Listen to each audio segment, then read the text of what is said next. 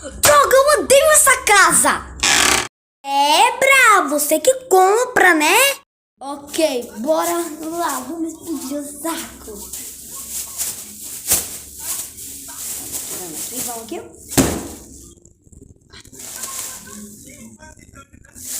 Eu achei que minha mãe tá vindo. Ai, meu Deus.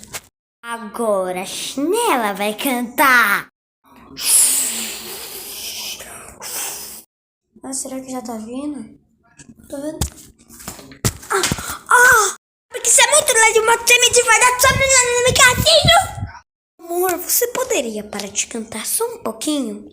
Ah, para de falar, menino mandinho. Quem é você pra falar que eu tenho que parar de cantar? Meu Deus, vou deixar a casa. Não te vou mais nada. Desculpa, bebê. Vou preparar um lanchinho, pão com ovo, com salgadinho, tá bom? Coca, essas coisas.